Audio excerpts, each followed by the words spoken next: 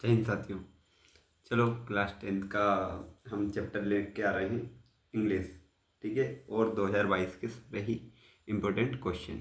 चलो तो देखते हैं किस टाइप के आपके क्वेश्चन की रहने वाले हैं, ठीक है।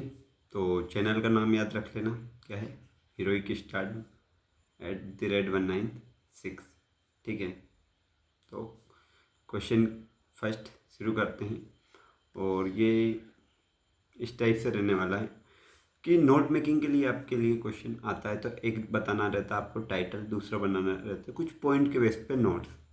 अब जैसे मान लो मैंने जो टाइटल दे रखा है ये है आपका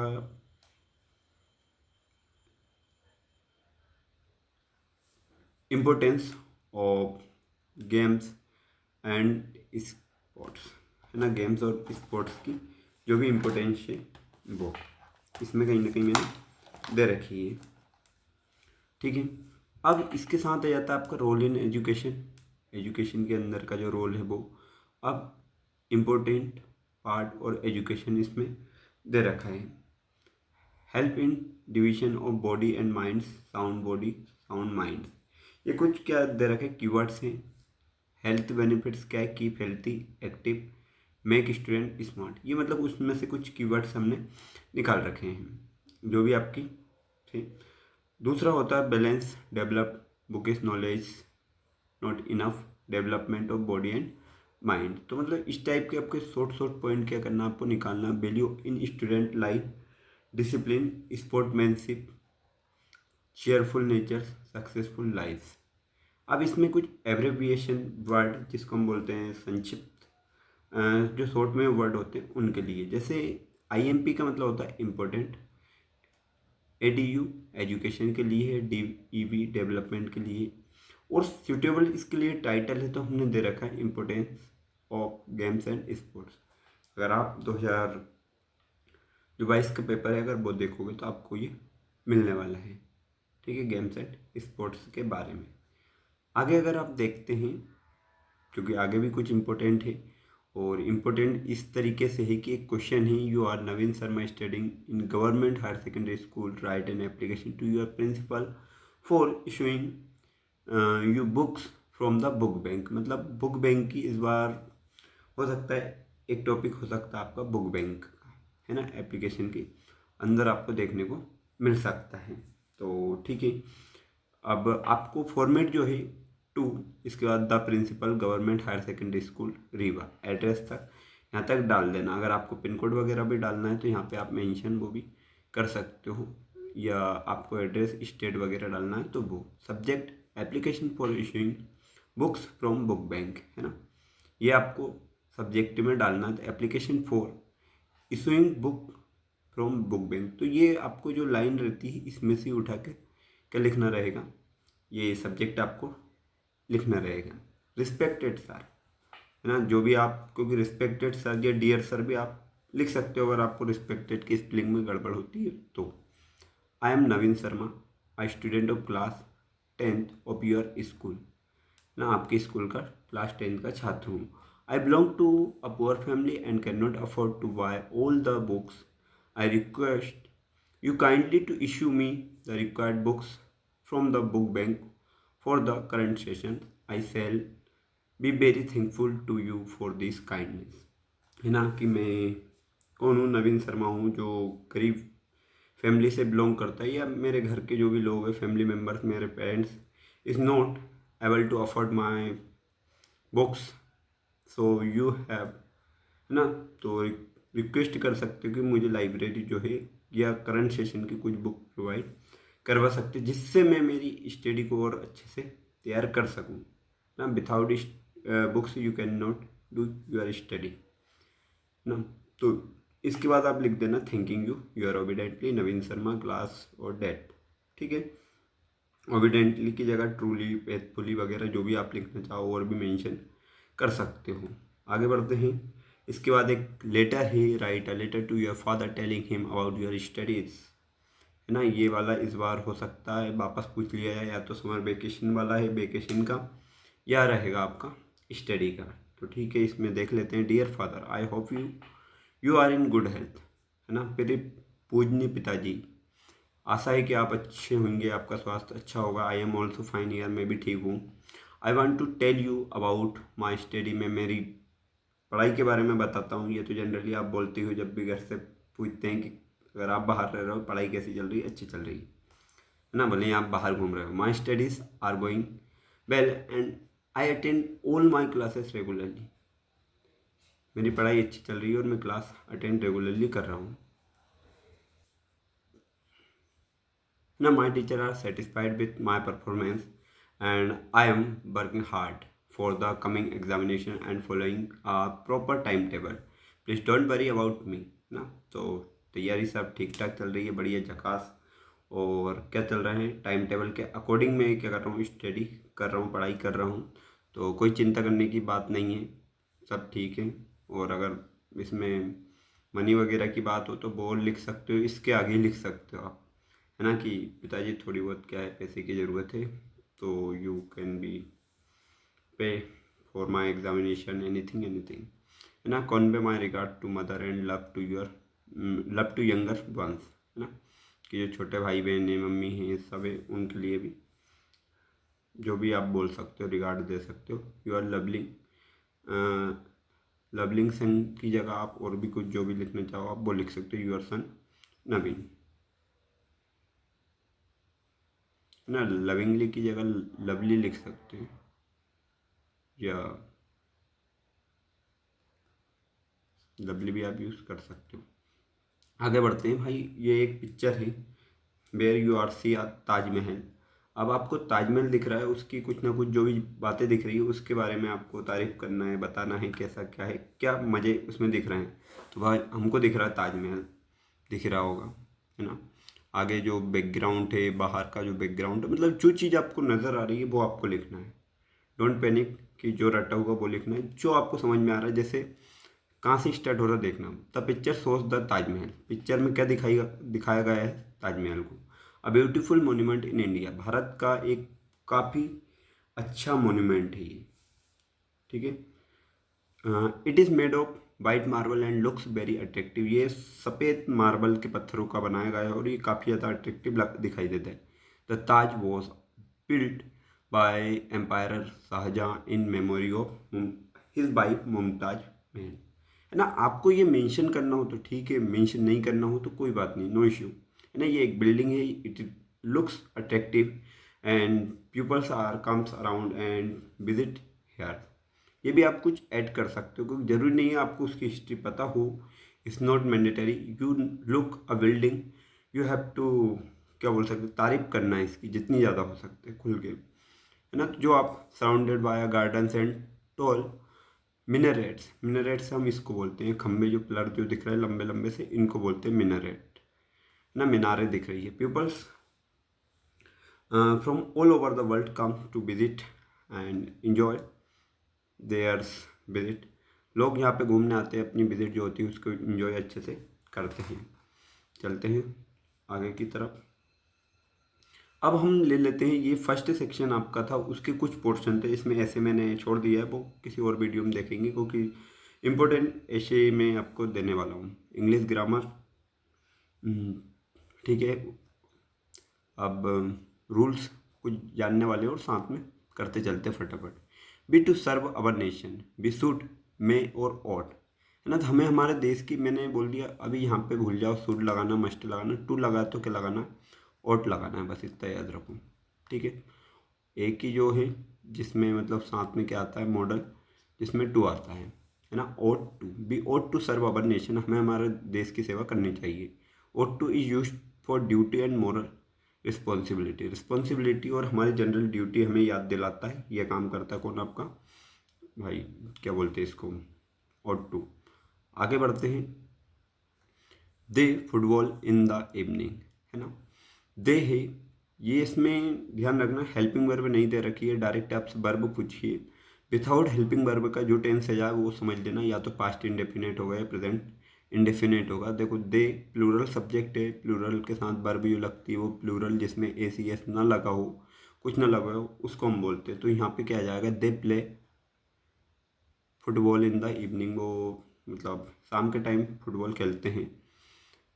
है ना। यहाँ लिखा भी है rule with plural subject use base form ना। बेस फॉर्म को हम प्लूरल यहाँ पे बोलते हैं, सिंगुलर में ACS लगा दिया जाता है। तो ये पहचानने का तरीका है। आगे बढ़े। I have been here Monday, है ना। मंडे एक फिक्स डे है, पॉइंट ऑफ टाइम है। कौन सा टाइम है? Point of time, point of time है ये। तो इसके साथ क्या यूज़ कर सकते हो आप? पॉइंट ऑफ टाइम है तो सिंस ना, मैंने बोल भी रखा since point of time for जो टाइम आपको पता ना हो उसके लिए। टू अभी हम यहाँ पे यूज़ नहीं करेंगे, कोई से दो कब से कब तक तो हम टू का यूज़ कर सकते हैं ना। Since is used for point of time, किसके लिए? पॉइंट ऑफ टाइम के लिए। तो यहाँ पे क्या यूज़ करेंगे हम? कोई सा मंथ का नाम हो, ईयर हो या डे हो, हम यूज़ करने वाले हैं सिंस। आगे बढ़ते ही। I am not afraid death, है ना। मैं किससे नहीं डरता? डेथ से। ये आ जाता है आपकी फ्रेजल वर्ब है या एक प्रीपोजिशन बन जाता है। इसमें अफ्रेड के साथ क्या आएगा आपका? ऑफ आएगा। ये वाले को तो भूल जाओ अभी, ये वाले को भी भूल जाओ ना। आई am not afraid of death, मैं मौत से नहीं डरता। तो afraid is followed by of, है ना। ये आपको कहीं ना कहीं याद रखना पड़ेगा, या पढ़ते हुए आपको थोड़ा समझ में आ जाएगा। अफ्रेड ऑन हो ही नहीं सकता, अफ्रेड ऑफ होता है। लुक यू लीप, है ना। कूदने से पहले देखो, तो पहले मतलब क्या हुआ है? बिफोर। खत्म, कहानी खत्म, इधर हटा दो अभी। लुक मतलब देखना, यू आप, लीप मतलब उछलना कूदना। तो यहाँ पे क्या आ जाएगा? Before. Look before you leap no, ठीक है। तो this is a proverb using before. Before के साथ हमने ये प्रोवर्ब को यूज़ कर रखा है। अच्छी बात है। He has 1 rupee note. One, one को क्या लिखते हो आप? आर्टिकल लगवा दिया इसमें, वह लिखते मतलब एन खत्म हुआ है तो क्या लग जाएगा? आ। दा तो लग ही नहीं सकता यहाँ पे, है ना। One start with consonant sound बा ना, मतलब हम बढ़िया हिंदी मीडियम वाले हिंदी में लिख लो, खत्म बात। They did their work, make negative. देखो यहाँ डिड दे रखा है, अभी ये किसका काम कर रही है? आपका कर रही है वर्ब का, है ना, मेन वर्ब। हेल्पिंग वर्ब में बदलो इसको, दे। या इसका स्ट्रक्चर याद रखो, ये है आपका सब्जेक्ट प्लस वर्ब की सेकंड फॉर्म प्लस ऑब्जेक्ट, और जो भी कॉम्प्लीमेंट लगा हो वो। नेगेटिव बनाओगे सब्जेक्ट, इसमें नेगेटिव बनता है did plus note plus verb की, यहाँ सेकंड का एक इधर चला जाता तो फर्स्ट बचती है प्लस ऑब्जेक्ट। तो बस इसमें ही रख देना। सब्जेक्ट है आपका दे, है ना। ये जो बना ही रखा, कहाँ लिखे हैं? दे। हेल्पिंग वर्ब क्या आ रही है आपकी? देखो ये मत देखना अभी, डिड और नॉट उठा के लगाओ। ये डिड थी, इसकी फर्स्ट फॉर्म लिखेंगे तो क्या आएगी? डू, डू देयर वर्क, ये होगा खत्म ना। पास्ट टेंस नेगेटिव में did not plus base verb use होती है। Mother, my mother is cooking food, interrogative में बताना है तो इज है, उठा के पटको आगे, बाकी लिख दो साथ, लास्ट में लगाओ question, is my mother is cooking food ना। ये बन गया है। Helping verb comes at start and question mark at last. Interrogative दो चीज़ इंटर करवाना है, first helping verb first, question mark last. आते टाइम भी हेलो हाउ आर यू, जाते टाइम भी टाटा बाय बाय। ठीक है, ये सारी चीज़ें आपको देखते हुए रहना है। आगे swimming is a good exercise, it से आपको शुरू करना है, इसका याद रख लेना। स्विमिंग हटाओ पहले तो ना, जो जेरंड है उससे हम इनफाइनाइट में बदलते हैं।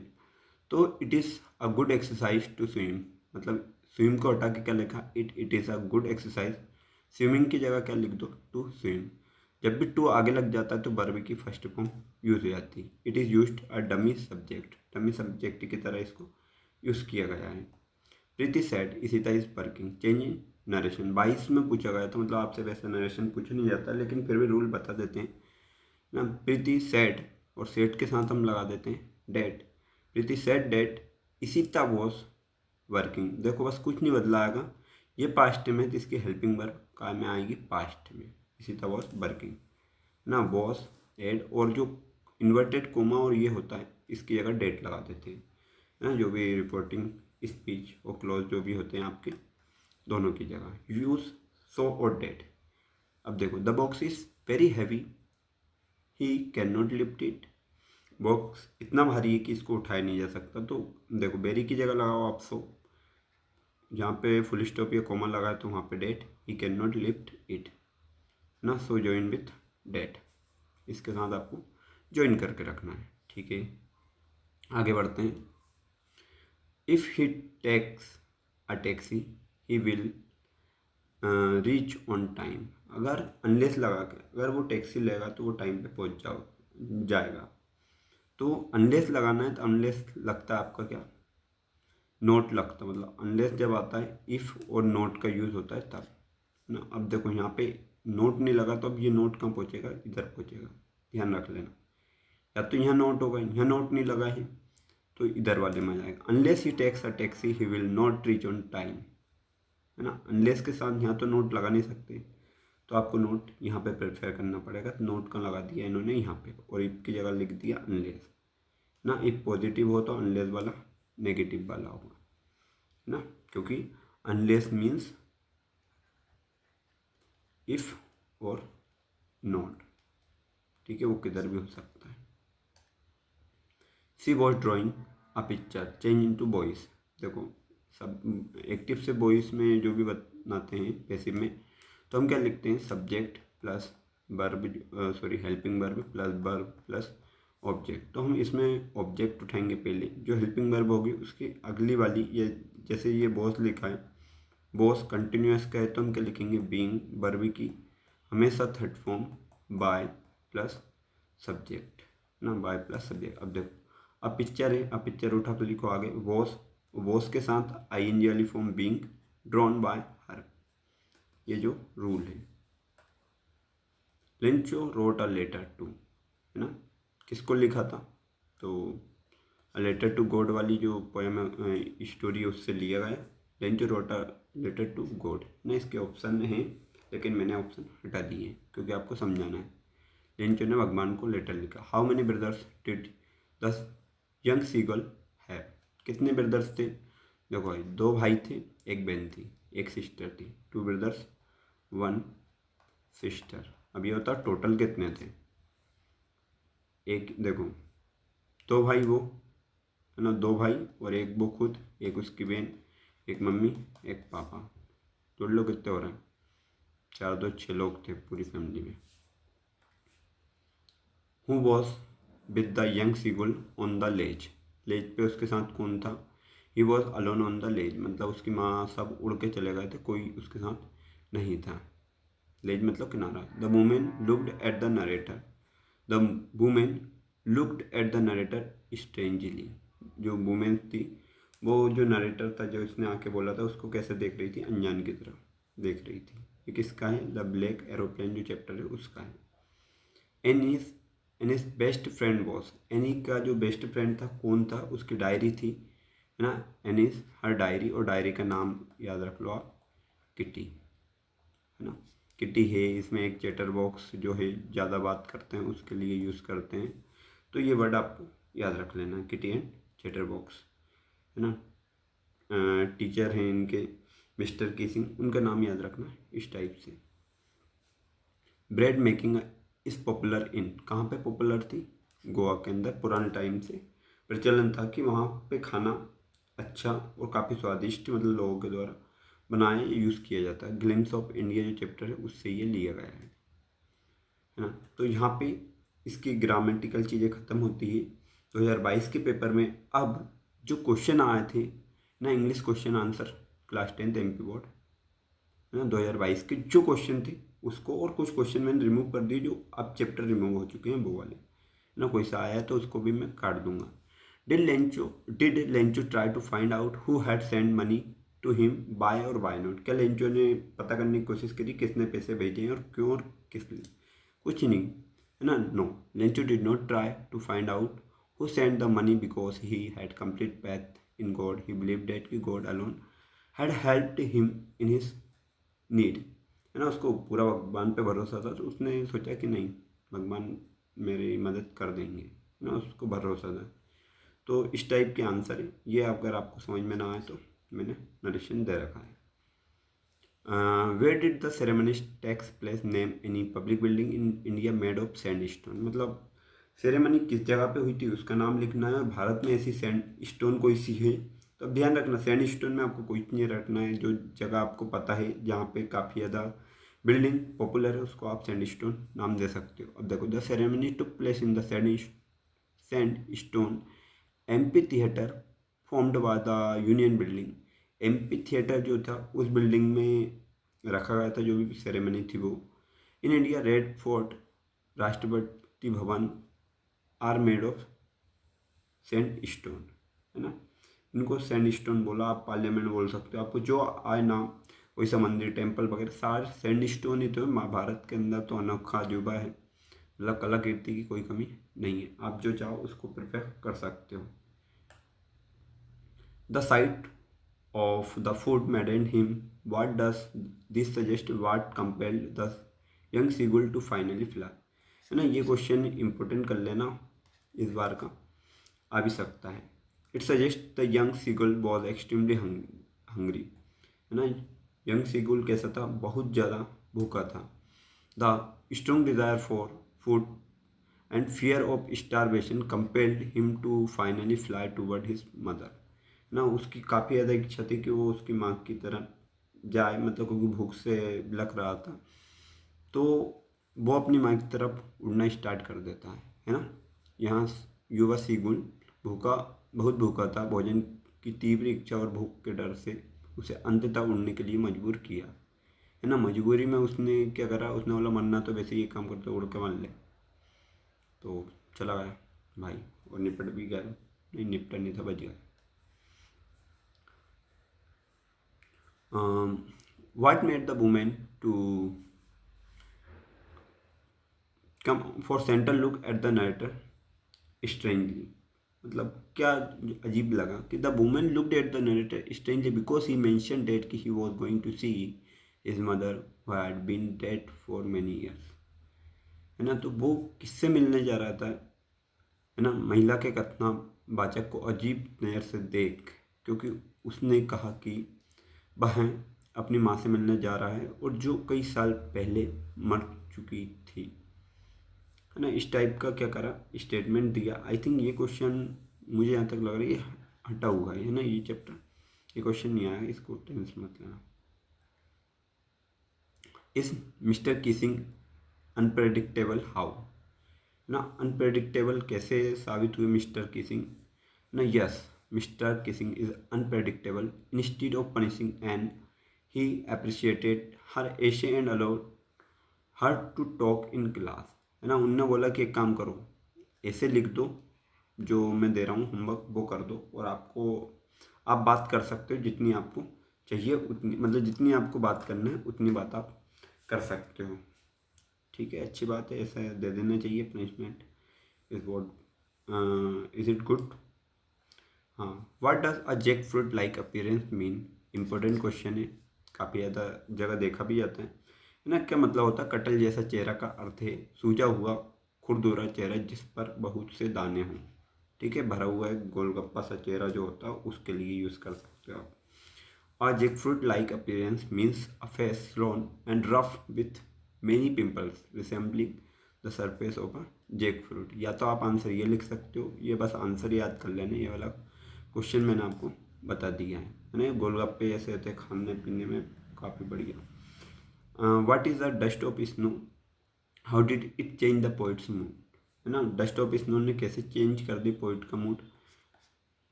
इसको भी थोड़ा, ये छोटा है आंसर, इसको हल्का सा बड़ा करना है, या आप ओन वर्ड में आपके लिखने का ट्राई करो। Dust of snow refers to fine snow particle falling from a tree, it change the poet's sad mood into a happy and hopeful one.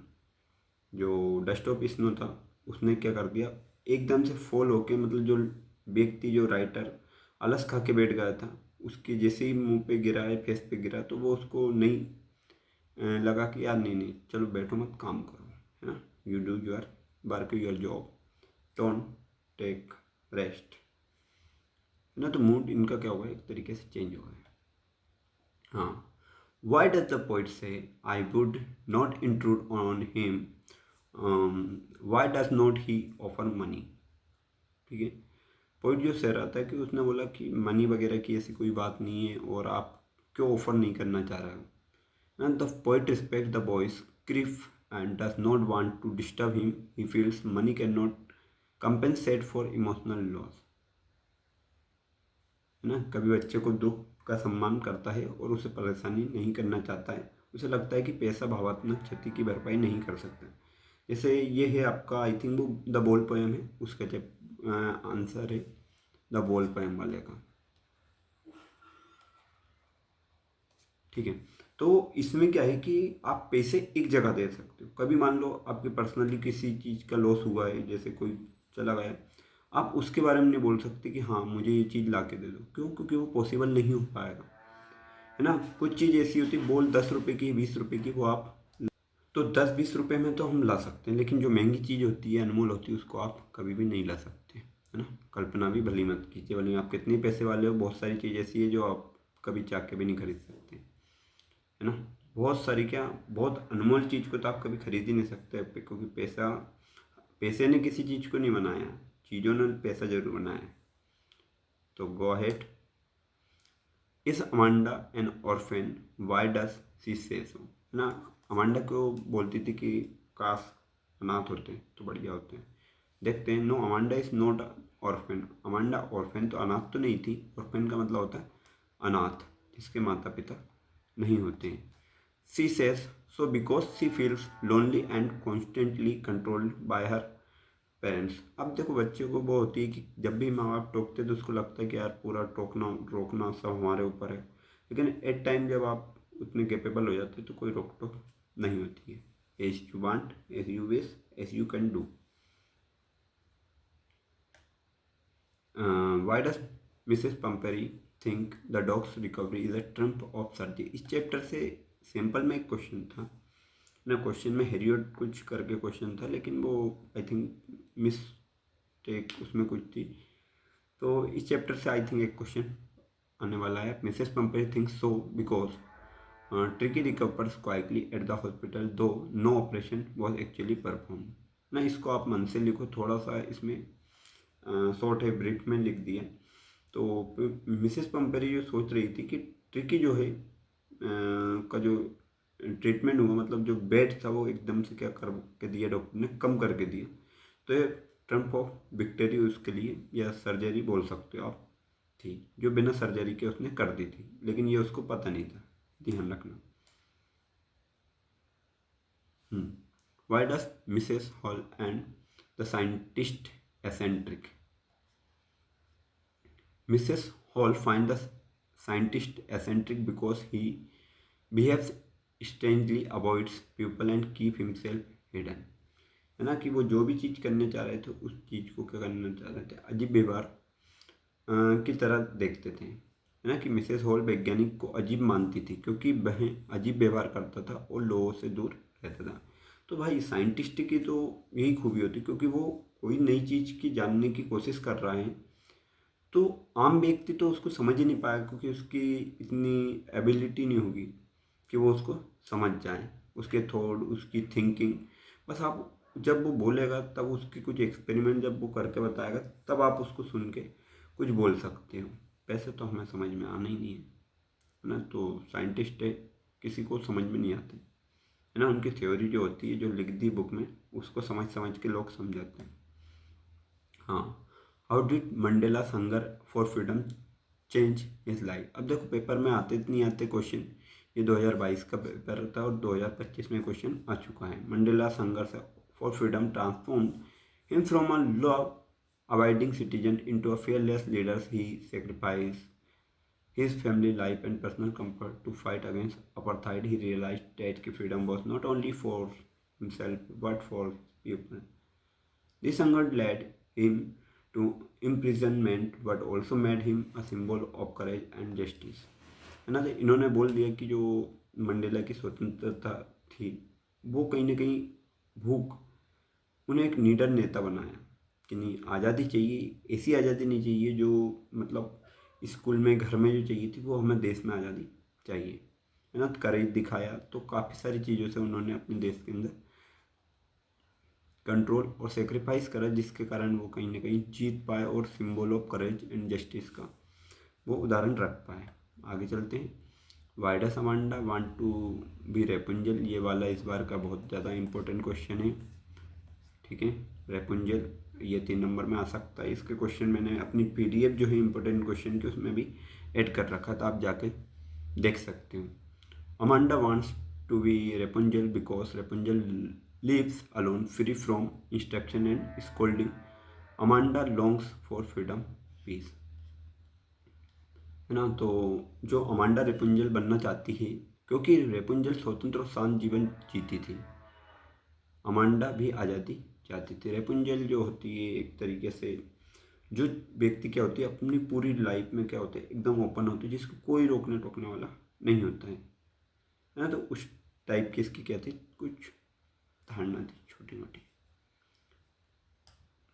हाँ, लास्ट है how do they replace the necklace. Replace necklace को उसने कैसे replace करा, तो इस chapter से एक क्वेश्चन आने वाला है, देख लेना नेकलेस वाला। समरी पढ़ो आप तो आंसर मतलब आपको कोई टफ लगने ही नहीं वाला है। लिखना मन से होता है, थोड़ा सा दिमाग लगाओगे आंसर लिखते बन जाएंगे। They borrow money buy a new necklace and replace it later they struggle for year to repay the debt, है ना। उन्होंने किसी से पैसा उधार लिया, नेकलेस खरीद कर उनको लौटा दिया। जो नेकलेस नकली था उसकी कीमत कम थी, लेकिन उनने उसकी मतलब लगभग 90% ज़्यादा कीमत दी, और जिसके कारण उनको पूरी लाइफ सेक्रीफाइस करना पड़ा। तो मतलब आप जो डिसीजन ले रहे हो वो ऐसे हो कि जिसको आप अच्छे से कर पाओ, मतलब ऐसा नहीं उसके कारण आपको बाद में पछतावा हो। तो ठीक है, मेरी इस पीडीएफ में बस इतनी क्वेश्चन मैंने ऐड करे हैं। अब बारी आती है आपके, आई थिंक देख लेते हैं 2021 या 23 के पेपर के जो भी क्वेश्चन रहेंगे उन सबको ऐड करके ना एक्सरसाइज हो। और ऐसे का मैं एक अलग पोर्शन रखने वाला हूँ, आई थिंक हो सकता है एप्लीकेशन पैसेज वगैरह सब सोल्व, तो वीडियो में बाकी बोलने की ज़रूरत नहीं होनी चाहिए। Thank you.